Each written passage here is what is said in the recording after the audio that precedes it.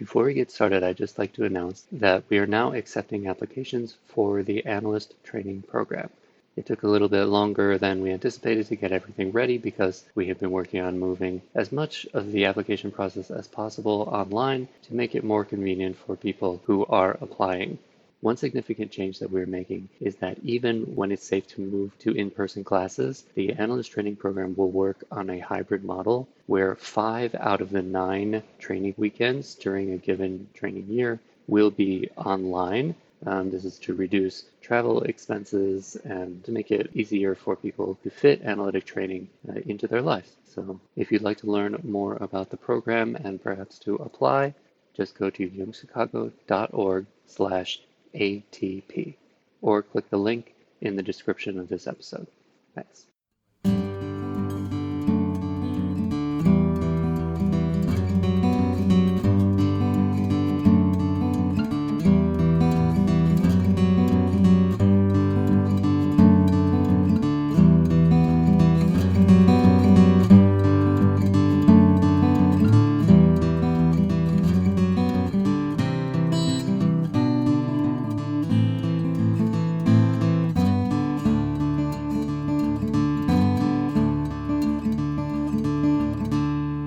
Welcome to the Jungian Anthology podcast from the C.G. Jung Institute of Chicago.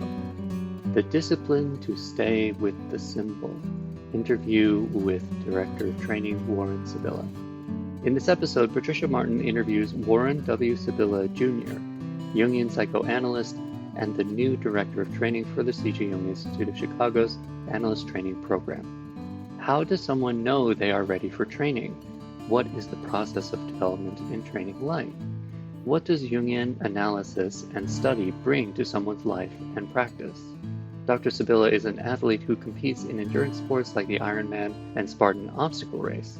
How has this discipline manifested in Dr. Sibilla's own analytic practice? And does that lead to a particular framing about the practice of psychology and analysis?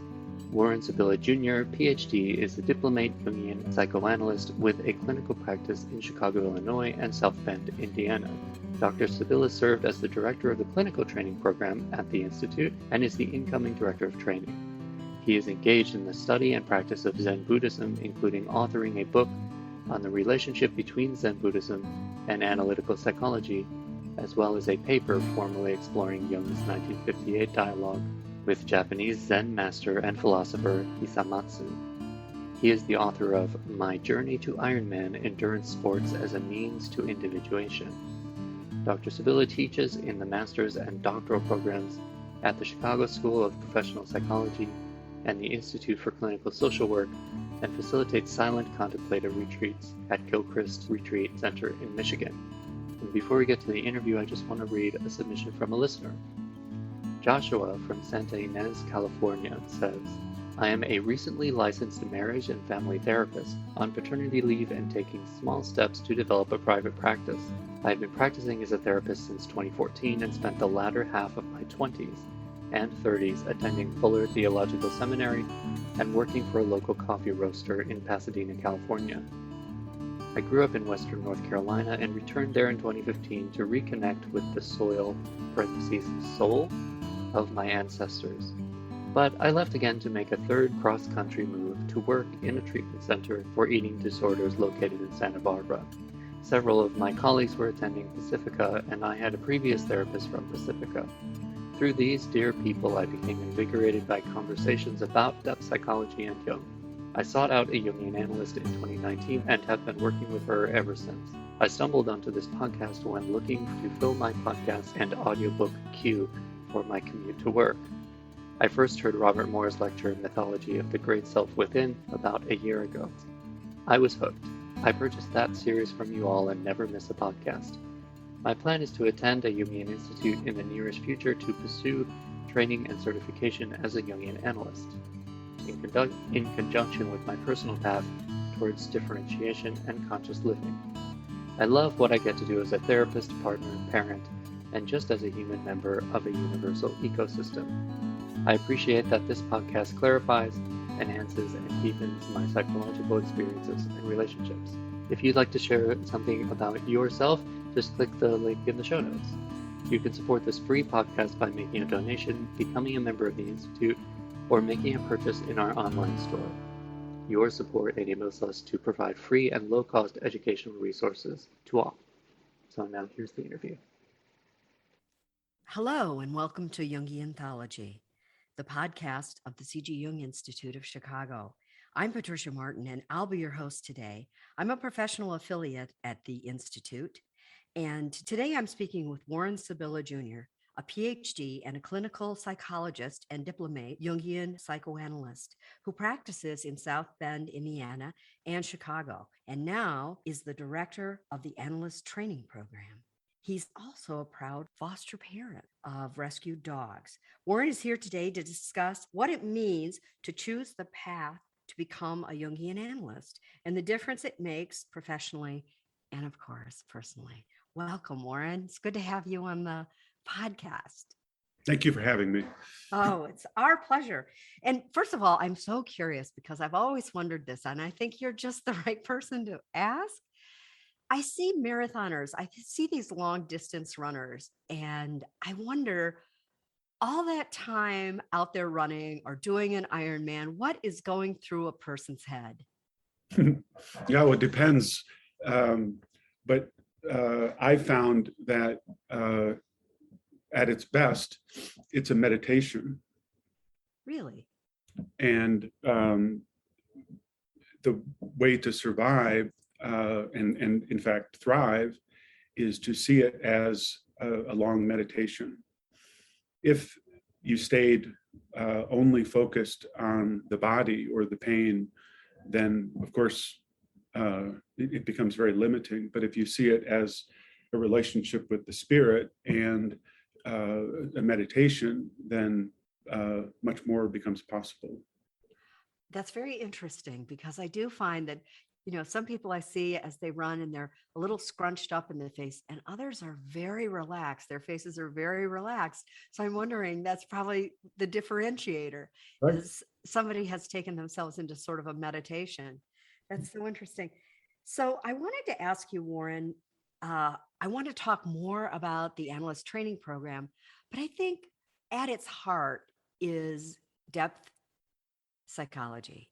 And there are a lot of different schools of thought about psychoanalytic work. But I think Carl Jung was very specific about the kind of work that he found to be useful and successful with his patients, and adherents to that school of thought believe in depth psychology. So let's start there. Tell me, first of all, what it means. There are people listening to this who know what it means, but there are people, we have listeners from all over. So talk a little bit about depth psychology and what it means to a patient. Analysand, I should say. But it depends. Broadly speaking, there are two groups of individuals that come to analysis. The first is an individual who may have heard something about Jung or analytical psychology, saw a lecture, read an article or something, and it piqued their interest, and they want to look further. The second group is an individual who's had an experience of the psyche and has not found any place, any institution in which to make sense of that experience. And they come to analysis as an environment that will honor that experience and help them to grow into that. And so is that to say then that for either one of those analysands, what they're really coming to the table with when they enter into analysis is a yearning for something, a yearning to be understood, a yearning to develop something from a going deeper process? Is that how I should understand it? Indeed, it's always a search for meaning. Jung defined the symbol as the best possible explanation for what is as yet not understood. a very fancy way of saying that the symbol is always a half a step ahead. And so at its best, analysis teaches a discipline of staying with the symbol and letting it unfold, because as soon as it unfolds, then it moves a half a step ahead again, and then a half a step ahead. And it's developing the relationship with the symbol, whether it's from a dream, whether it's from active imagination, whether it's from the car ride home from work, wherever the symbol appears, it's at its best is fostering a discipline to stay with the symbol. I see. So our symbols are drawn from our dreams all the time. I think everyone has that experience. I'm fascinated about this business of the car ride home. You know, when one's mind is somewhat at peace and, you know, you might be on automatic pilot. Tell me more about how those symbols appear and when a person should know to pay attention to it. I don't think all of us are as tuned in as we should be. So I'm curious about this. But Jung says, he defines in the visions seminars, paraphrasing slightly, he says that the unconscious is that which affects me immediately every day. Which is to say that the unconscious is not a static noun that's over there. The unconscious is immediately and omnipresent. And therefore, it invites a whole different relationship to the psyche. In other words, the unconscious isn't just that which happens to us from 11 p.m. to 7 a.m. when we wake up and we come out of the unconscious. The unconscious is with us 24 hours. And so it's then, I said, you know, a patient discipline to stay with the symbol. Equally, it's having a relationship with that symbol throughout the 24 hours of the day. So now we've talked about how a patient, an analysand would, you know, turn to depth psychology. And you broke that down into two types, which was really helpful. Now I'm curious about the other side of the coin. So what makes someone who, you know, might have training as a counselor, or they might, you know, have training as in psychology, and now they want to take their training to another level. So what kind of person shows up? When does the message seem to arrive? Is there any consistency in why someone turns to the Analyst Training Program at the Jung Institute in Chicago? I maintain that analysts are born, which is to say, we don't train analysts. There's not a prescription that says do this, this, and this, and stir, and you get analyst. On the contrary, it's my belief that an analyst is born, and therefore the best that we can do is to create and foster an environment in which we assist the self, capital S, in realizing its fullest potential. And the Analyst Training Program, whether it's Chicago or New York or Zurich or anywhere, is the most comprehensive training for a psychotherapist worldwide. So it requires a great deal of discipline and deep relationship with the self. It's an 8-year program, isn't it? Well, technically, Mm-hmm. a person could finish in 4 years. Unlikely, because of Good to know. right? Right. Right. Unlikely because all that it requires of a person, emotionally, psychologically, physically, financially, so forth.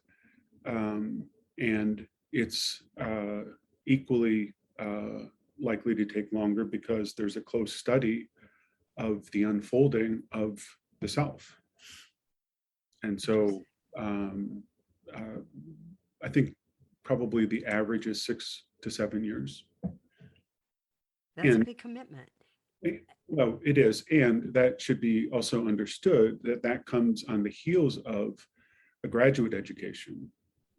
Right. So at a minimum, the person has been at postgraduate study for up to a decade.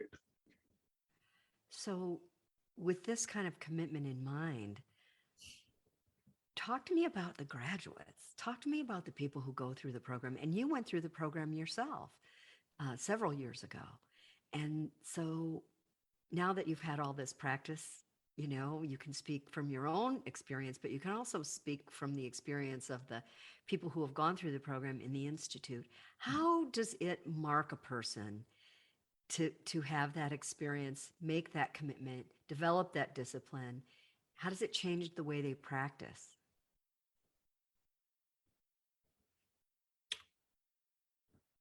Well, I can just say for myself,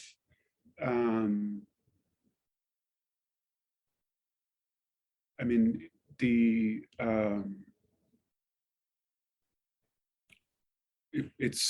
I'm finding it hard to even put into words.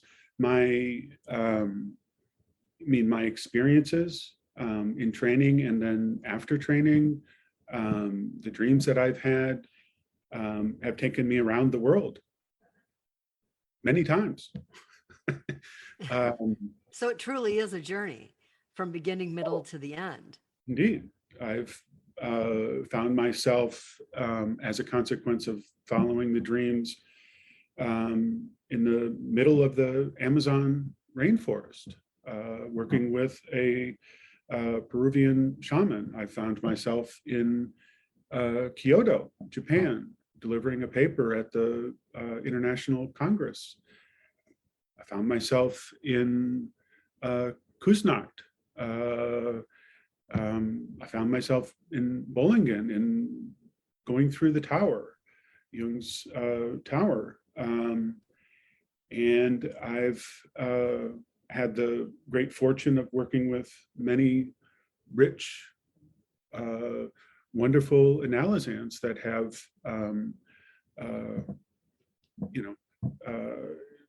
deepened the work. So it's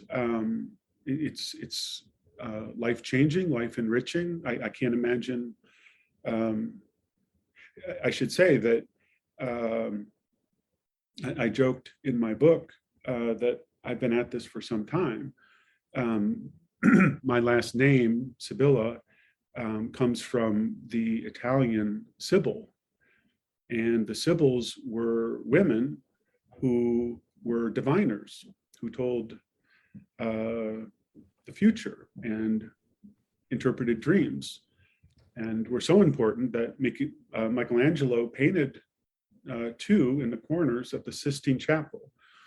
So I don't know that it would be possible for me to do anything else, frankly. You were born to do this work. I was. Yes. And that has to be a is, wonderful feeling. Well, that's the nature of the self, though. It unfolds if you are patient and take the time and create a space for it, then it unfolds. So it's sounding like an experience like the ATP, the Analysis Training Program, it's initiating something in your life. It's initiatory, as we would say. You're not sure what you're initiating. That's yet to unfold. Right. I imagine the amount of trust that takes. Yes, it's initiatory with a capital I. So how is that trust that someone invests, as well as their resources and their time, how is that trust met on the other end by the program? What does the program do to support someone who's going through the training? Well, Emotionally, professionally? I would say a few things. One, there is the personal analysis. And our institute, like many, not all, but like many, the analysis is a sacred container, which is to say there's no communication between analyst and the ATP, except to acknowledge the person has attended this many hours. That's a sacred, separate space. And so that holds the candidate. They have their case consultation, and then later that matures into control supervision. That differs from analysis because there is a report, but nonetheless, that holds the person. And then we have some incredibly gifted, rich, and wonderful teaching analysts that essentially volunteer their time.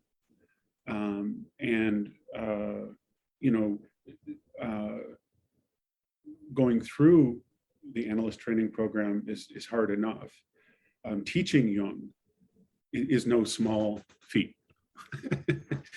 And these candidates are incredibly intelligent, well-read, well-motivated. So this is a tall task to step up and teach. Nonetheless, the teaching analysts are just otherworldly, incredible. And then finally, you have the relationship with the self that is you're initiated into, and that holds you. That's a lifelong relationship. Yeah, I understand. So, Warren, now I'm curious about your moment when you decided it's time to step into something richer, deeper, more deeply committed. What was that moment for you when you decided to seek analyst training in the Jungian tradition? Well, I remember it very distinctly, and I wrote about it in my book. The second year of my undergraduate, when I started taking courses, got the prerequisites out of the way the first year, and then started taking courses in psychology. And second course I took was a course on personality theory. And the first week they introduced the class and talked about Freud. The second week they talked about Jung. And I just remember that, I completely disassociated. I went somewhere. It just made such complete sense to me. And I was still kind of daydreaming, caught when the lecture ended. And the professor came over and said something, and I just said, that was incredible. I had never heard anything like that before. And he said, well, maybe you want to join the Friends of Jung group here down the road. They have wine and cheese on Sunday afternoons and bring in an analyst and they talk about Jung. Yeah, I think you could probably be a student member. So I did. And Robert Moore was the first presenter, and that was when he was still working out the lectures on his book, King, Warrior, Magician, Lover, I believe is the title. And I realized from that point forward, this is what I'm going to do. And I talked to my undergraduate advisor, and he said, okay, good plan.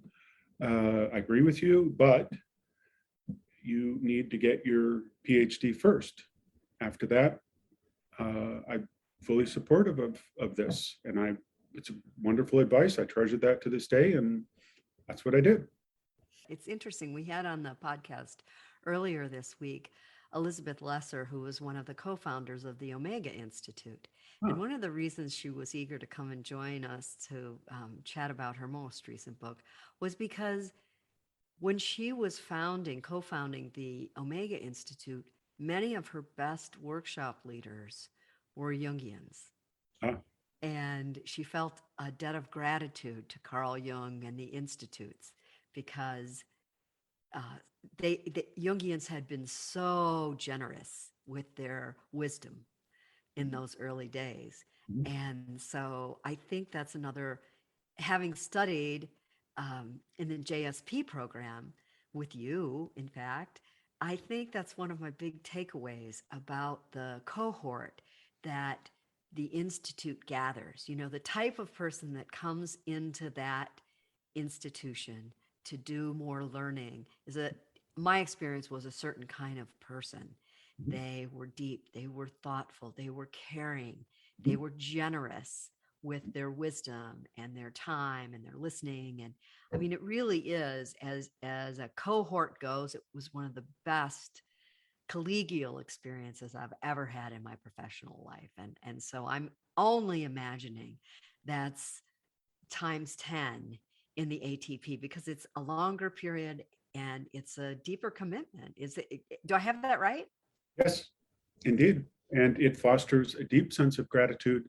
And I think the quintessential example of that is the degree to which all of these senior analysts continue to give back, to volunteer, to teach, to lead, and to continue the whole project forward. I think that's what makes that whole world go round in Jung land. You know, if there is such in the realm of people who are adherents and believers in the work of Carl Jung and his worldview, I think it's very true that, you know, it's a deep commitment that one gets brought into. And I'm pretty sure you must be very excited about the next session. And I wonder, you know, as you take the helm of that, everybody brings something different to it. What are you looking forward to bringing to the program as you enter the directorship? Well, the first thing I have to say is, on the shoulders of giants. Wonderful, talented individuals who've had the helm prior to me. So hats off. And what I hope to bring, a continuing commitment to the rigorous curriculum, an enormous amount of time over the years has been spent on the curriculum. And it is by far the most thoughtful, comprehensive curriculum. And we continue, I mean, in the training committee meetings, continue to think about and talk about, what are we getting right? What are we not getting right? What do we need to improve? What do we need to be reading? Who do we need to be bringing in? What's going to be most useful? So I hope to be able to continue all of that. And I hope to continue to foster a deep relationship with the self and the dream. Wonderful. So how many students do you limit this to? Let me talk just about some, mechanics here. For anybody who's listening out here and is saying, oh, this sounds like this is for me. This is their moment, right? When they're saying, this is for me. So what can they expect in terms of how many students they'll be in the course with? How does the curriculum unfold? Can we talk a little bit about those things? Sure.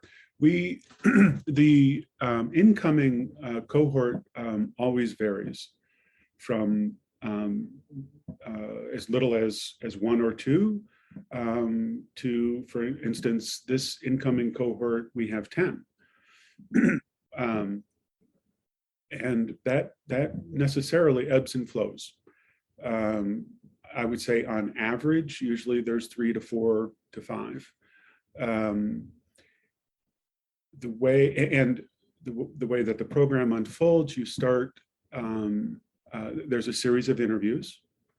Everything is done by way of committee and interviews. So there would be a series of interviews determining by the admissions committee, determining if you're a good fit, assuming that the person is a good fit and they are brought in. Excuse me. They start as a matriculated auditor. What does that mean, a matriculated auditor? Well, we're using a lot of terms that today might seem antiquated. For example, propedeuticum, a Greek word. Wow. Greek denomination. Bless you. And because that's what the original Jung Institute used. So many of these are being carried over. Matriculated auditor means it's a year of feeling one another out. The person gets to have the full experience of the program. The program gets to have the full experience of the person. And at the end of that year, there's a decision on both sides. Is this a goodness of fit? Is it fit? Is it what you want? Assuming that it is, they're moved into candidacy stage, and they remain in the candidacy stage until they take the propedeuticum, a series of exams, both written and oral, that covers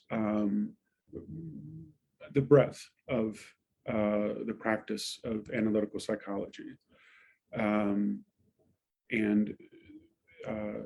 it's necessary to pass that to move to the next stage, which is the control stage. And that's where your work with your analysands deepens.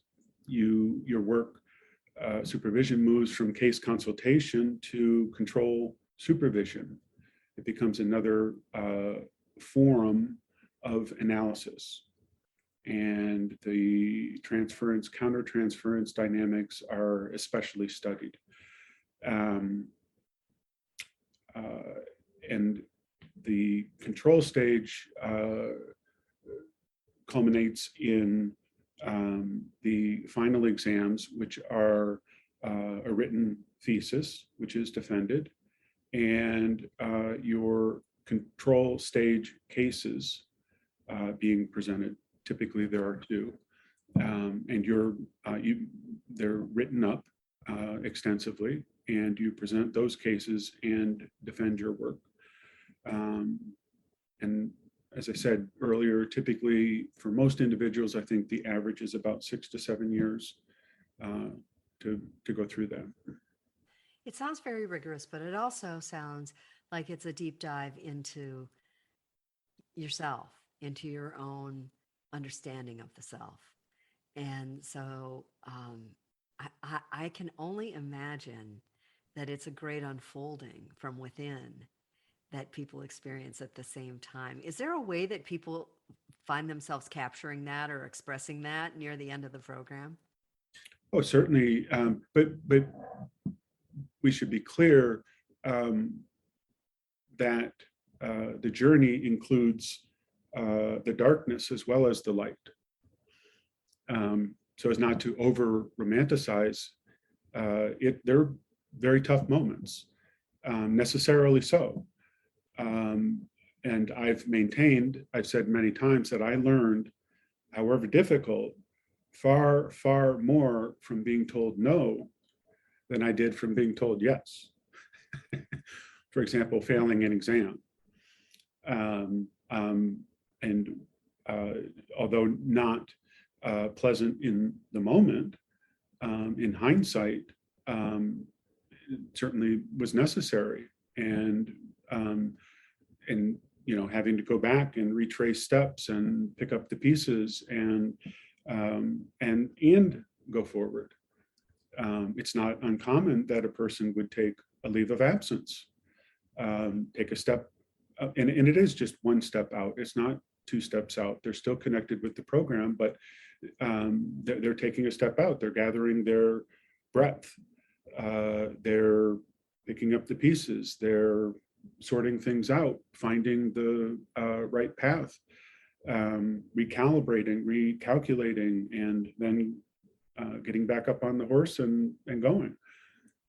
So it is rigorous. It is tough. And yes, there's an incredible celebration at the end. Many, if not most, of the theses that are written are incredibly rich and celebrate that journey. So in other words, be prepared to unzip your long bag of shadow that Robert Bly talked about in his little book on the shadow. Yes. Right. Well, listen, Warren, I want to ask you, because I ask everyone who comes on the podcast this question: what's next for Warren Sibilla? What are you working on now that you're excited about? Well, the first answer always is, I don't know, because who knows what self has in store. A few things. I'm both my wife and I are very interested in our rose garden, and take delight in sitting out in the evening and working with our roses and our fostered dogs. I'm remain invested, put a lot of energy into my athletic training. Fortunate this year to have qualified for the national championships in California for Spartan obstacle course racing. And also finished second in a decafit competition in Illinois, and will likely qualify for their championships. So I try to stay busy, try to stay active. I'd say so. And I'm wondering, now you have me really curious as we wrap up. Are you one of those guys who buries their rose bushes in the winter so that they don't freeze too much? No. Okay, good. No, actually, it's also a kind of meditation and studying from the depth of winter, where you can almost be certain that the plant has died, the bush has died, and then slowly it greens in the spring, and then it comes to life in the summer, and then all folds and withers into the fall. Well, Warren, it's been a pleasure, and let many flowers bloom in your life. Thank you for being with us. Thank you for having me.